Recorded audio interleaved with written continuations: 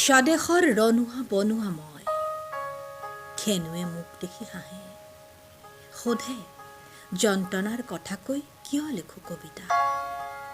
কিন্তু হৃদয় কাপেৰে নিগৰি অহা শব্দবোৰক ক'ত থওঁ, আলৈ এথানিতো কৰিব নোৱাৰো। উকা পাতত সাঁচি থওঁ সোণসেৰীয়া জীৱনৰ প্ৰাপ্তি অপ্ৰাপ্তি হুমুনিয়া। দেশৰ মাটি ভেটিৰ বাবে আজি মোৰ ভাৱনাৰ পোহাৰ মেলিছো।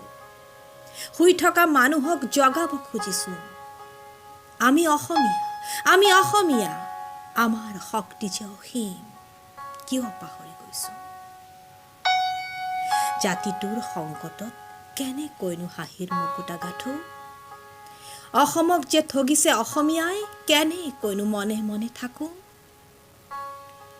কিয় হওঁ আমি বলিৰ পঠা, কিয় আমি গঢ়িব লাগে আন্দোলন এটা। শ্বহীদৰ তেজেৰে ধোৱা অসমৰ বাবে কিয় উলংগ হৈ উৰুৱাব লগা হ'ল প্ৰতিবাদৰ ধ্বজা।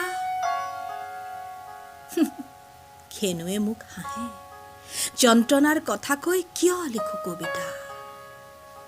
বুবাৰ চিঞৰ বৰ ঘৰত শুনাব নোৱাৰাৰ যন্ত্ৰণা, কেৱল প্ৰতিবাদ কৰিয়েই সহি থকাৰ যন্ত্ৰণা। আলহীক ৰাখিবলৈ আছেনে ঘৰ, অসমীয়াৰ যে বৰ বৰ অন্তৰ।